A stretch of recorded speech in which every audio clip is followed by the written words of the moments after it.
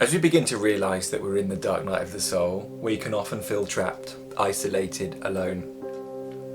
And these are totally fine, they're totally natural responses, aren't they? Because we can't see into the future. We're not fortune tellers, some of us might be, I don't know, but I'm certainly not.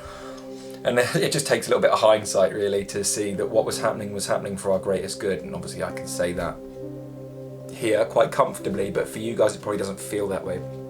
This is the best experience you're ever going to have in your life.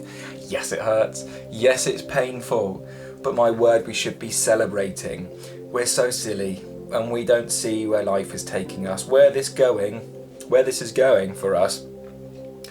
Pain and these pain that's caused by these dark fears, these dark fear-based beliefs, they can't come where we're going. Where we're going is nirvana, I suppose it's described in some texts. It's life free from karma. It's life free from drama. It's life free from pain, you know? Yes, we feel pain sometimes, but it doesn't stay. It's not constant. Anyway, I'm going off topic. I'm not really, but you know, I feel a bit blah, blah, blah, blah, blah. Mind's all over the place because I've got so much to get through. So, Dark Night of the Soul, start celebrating because it's a really good experience to have.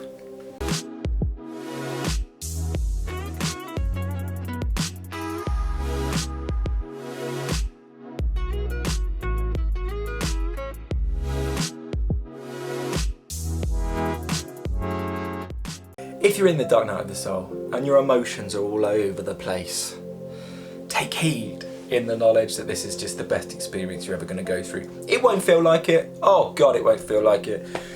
No, it's going to feel horrible for some time, you know, and we kind of get, well, sometimes we might get a little bit, you know, God, don't think I really want to be here anymore kind of feelings in our life. And as we go through the dark night of the soul, I think that's natural. I think it's natural, but what we don't see while our life is falling apart on the external level, yes, as well, but internally we're getting emotionally destroyed and we're like, I'm on a spiritual journey, isn't this better be good? Oh, ye of little faith, it is good, and it's better than you can imagine. You know, I just started going vegan, and I thought, oh gosh, I'm going to go vegan, I'm going to have to really restrict my lifestyle, and then I found out, nope, not at all, you know, you know, we're meant to eat carbs. Literally, we're meant to eat carbs, and no, they don't cause fat. And we can just eat and eat and eat and eat as much as we want, carb-wise, and that's great and it's wonderful. And we don't have to, you know, we don't feel left out. We don't feel like we're missing anything from our diet because we're constantly full, nourished, alive. And the journey's like this too. We go into the dark night of the soul and we think, oh God, I'm going to become this spiritual person that's weird and nobody's going to like me anymore, and I'm going to have to give up alcohol, I'm going to have to give up drugs. You should probably give up drugs, but you don't have to, you know. You can keep going until life gets you to a point where you realise, oh, well, you know, I can't keep up with this anymore. Can't do both. But you can, you know. There's no, just have to trust your timing. Gosh, I'm getting really excitable. You just have to trust your timing in life. The alcohol, if you're doing that, that'll drop away naturally. It just will. At a certain point, it'll drop. I trust that in my life. If you're doing other bad habits like eating really poor food or doing more sinister things, it will all just drop away in perfect timing for you. Some of this stuff just has to stay with us for a while. We can't do much about it. You fight against it and you want to do it more, you know? So you just have to maybe just follow this path for a bit. And that's part of what the Dark Night of the Soul's about. Dark Night of the Soul is there to say, look, these bad habits are the things that are making you feel quite crap anyway. And so are these negative beliefs inside yourself. So right now, you have a little slice of time to just do you, be you. Because the real work's coming in a moment. The real work's actually already starting. But this time, you have to go and set yourself free. Set yourself free from all of that stuff that we do. And enjoy it, because you will. You know, any impulse that's coming through you, why not just go and live it out? Why not just have a totally different, radically different view of the spiritual awakening path? Why not allow yourself to do whatever you think you want to do in any moment? Whether it seems naughty, whether it seems bad, taboo, isn't everything here? Can't everything in this existence be used to grow? Can't it all be used for our highest good? Yeah, even if we have to go through bad first. Isn't that what the Dark Night of the Soul is about? Shouldn't we feel free in every moment anyway, even though we're in the dark night of the soul? Couldn't we have a more positive approach to it? Oh, this emotional pain's in, rather than going, oh, I don't like this, I hate it, this should change in me. Can't we just say, I know why you're here, it's because I'm believing silly things to be true about myself. I'm happy this is here. Oh my God, I know where this is going, because Jamie says he knows where this is going, and I do. And so do you deep down. This is great. These experiences, though they're painful, they're leading you to a destination of wonder, beauty. And sometimes we don't see that, and sometimes we convince ourselves, oh, when I get there I'll still feel rubbish, or oh, I've got to be this way for the rest of my life, blah blah blah. No you don't. No you don't. No you don't. Just watch. Just watch as this journey unfolds in a magical way that you could never expect. Keep doing your bad habits if you want.